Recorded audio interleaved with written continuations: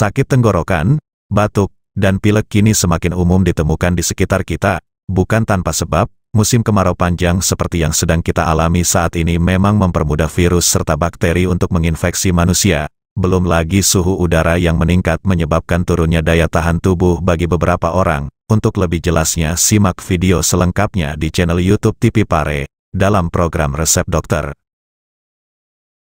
Pemirsa TV Pare, musim kemarau merupakan musim yang saat ini kita hadapi. Nah, dalam program Resep Dokter kali ini, kita akan membahas penyakit apa saja yang muncul ketika musim kemarau dan bagaimana cara menghadapinya. Kali ini kita akan berbincang dengan narasumber kita, salah satu dokter yang luar biasa dari Rumah Sakit Dr. Hasri Ainun Habibie.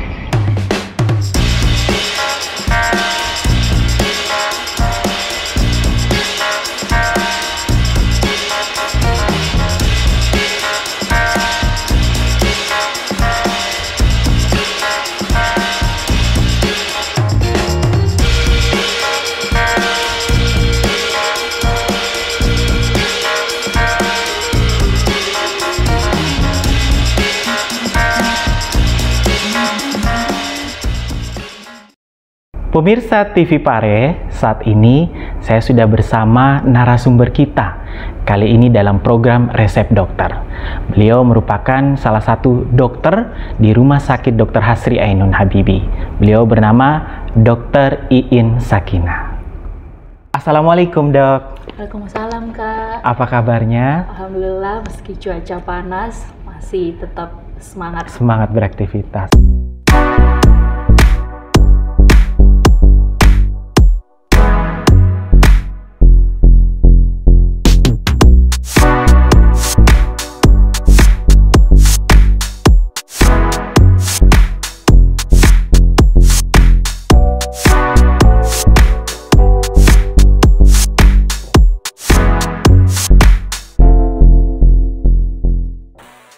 Musim kemarau. Nah, bagaimana menghadapi musim kemarau ini, Dok? Dan kira-kira penyakit apa sih yang biasa muncul saat musim kemarau tiba?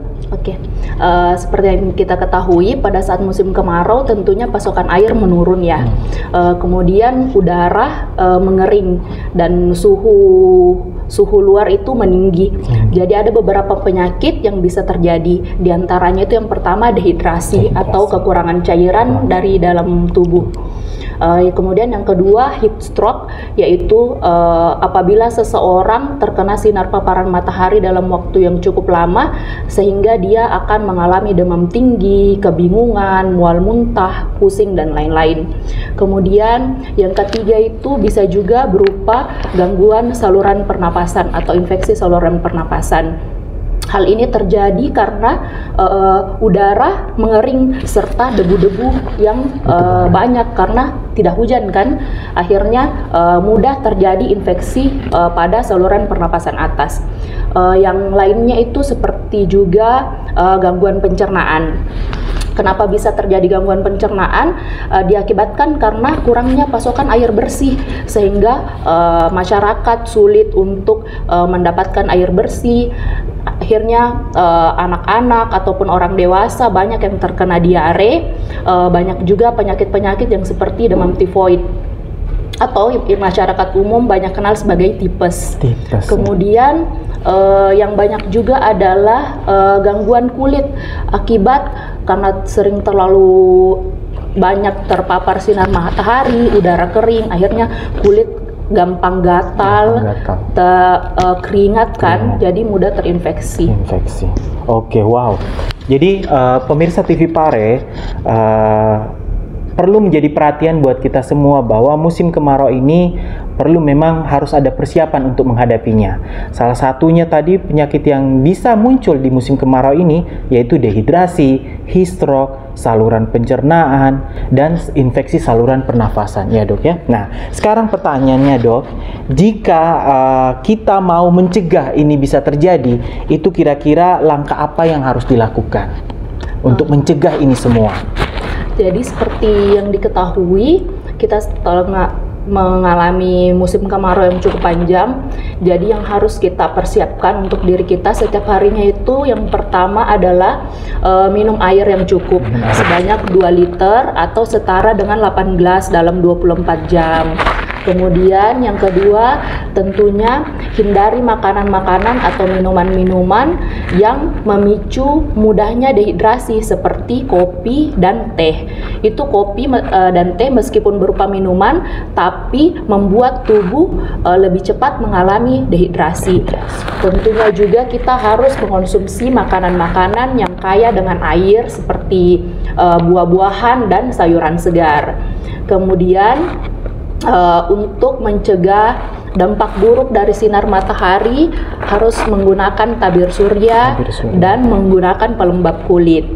Kemudian untuk menghindari infeksi-infeksi seperti infeksi saluran pencernaan tadi tentunya harus dicegah dengan pola hidup sehat, menjaga kebersihan tangan, menjaga kebersihan diri, menjaga kebersihan air dan makanan yang kita konsumsi.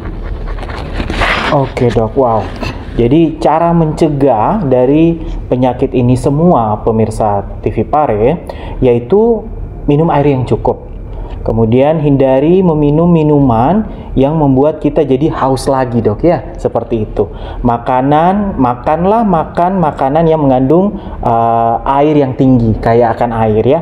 Kemudian untuk penyakit soal kulit, tabir surya atau seperti sunblock, sunscreen. Kemudian untuk penyakit infeksi saluran pernapasan maupun pencernaan itu harus menjaga pola hidup sehat dengan menjaga kebersihan, dok. Seperti itu. Nah, jika seandainya dok kita sudah terkena nih penyakit ini, bagaimana cara langkah atau mengobatinya? Seperti itu. Taruhlah example kita dehidrasi ataukah penyakit-penyakit yang lain akibat dari kemarau ini.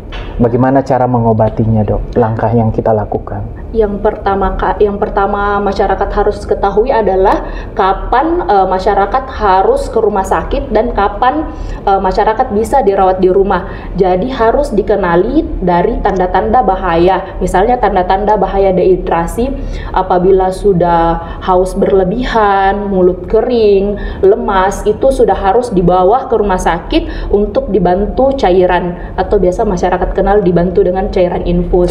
Tapi selama masih belum sampai lemas, masih bisa minum air sendiri, itu masih bisa dirawat di rumah.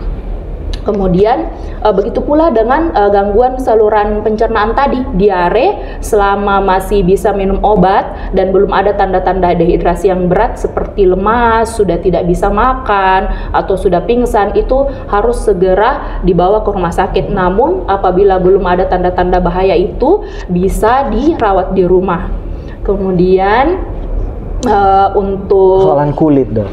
Yang kulit, kalau kulit jarang ya yang sampai masuk IGD atau emergency, tapi yang perlu tadi diketahui bahwa kalau kulit kan dampaknya itu jangka lama. Kalau misalnya kita terpapar sinar matahari tanpa menggunakan tabir surya itu kan akan mengakibatkan penuaan dini ya, tapi mungkin tidak emergency, tidak urgent. Jadi tidak ada penanganan yang harus segera. Namun yang masyarakat harus tahu bahwa harus tetap menggunakan pelembab dan tabir surya secara rutin melihat kondisi saat ini. Oke, baik. Jadi jika gejalanya belum begitu emergensi ya dok, bisa ditangani atau dirawat di rumah sendiri. Seperti persoalan dehidrasi tadi. Kalau masih bisa melakukan minum air sendiri di rumah, itu dirawat di rumah saja. Tapi kalau sudah lemas, bibir sudah pecah-pecah, sudah tidak bisa berdaya lagi, harus dibawa ke rumah sakit. Harus segera dibawa ke rumah sakit. Begitupun juga dengan tadi saluran pencernaan dok ya. Kalau masih bisa minum obat yang ada di rumah, artinya masih bisa melakukan tindakan langsung sendiri, dirawat di rumah saja. Tapi kalau memang sudah emergensi, harus dibawa ke rumah sakit, seperti itu. Begitupun juga dengan persoalan kulit tadi ya dok, emergensinya kemungkinan tidak ada, tapi akan berdampak jangka panjang, menjadi kerutan dan penuaan seperti itu. Berarti memang ketika keluar rumah dok ya, itu kayaknya wajib ya. Wajib menggunakan tabir surya ataupun pelembab kulit ya, seperti itu dok. Baik, pemirsa TV Pare, menarik sekali pembahasan kita di program Resep Dokter kali ini. Nah, sebelum kita mengakhiri pertemuan kita akan mendengarkan resep dokter atau pesan-pesan dari Dokter Iin tentang bagaimana menghadapi musim kemarau ini dan bagaimana setelah musim kemarau, katanya dok sudah akan ada musim hujan, penghujan di November nanti.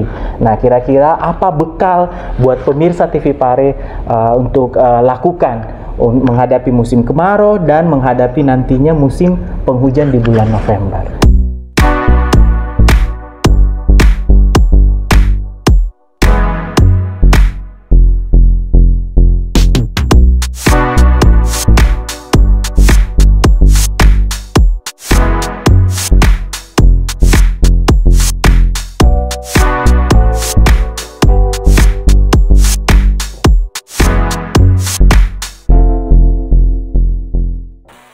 Silakan dok, resep dokternya apa?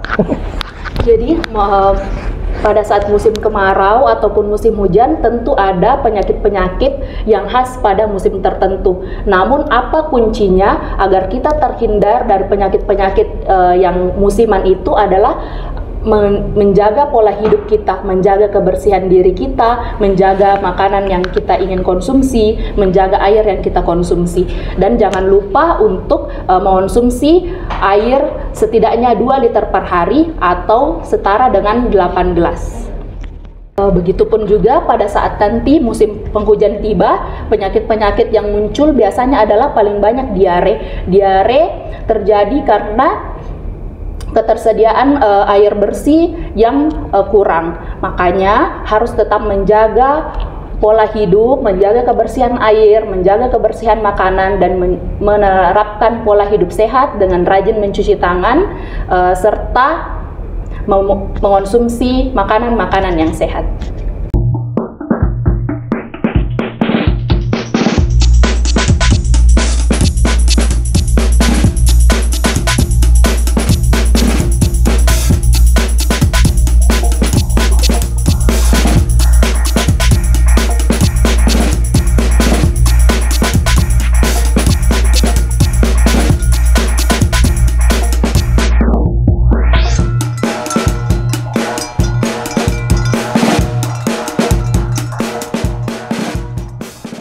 Nah, itulah resep dokter dari Dr. Iin Sakinah. Beliau merupakan salah satu dokter di Rumah Sakit Dr. Hasri Ainun Habibie.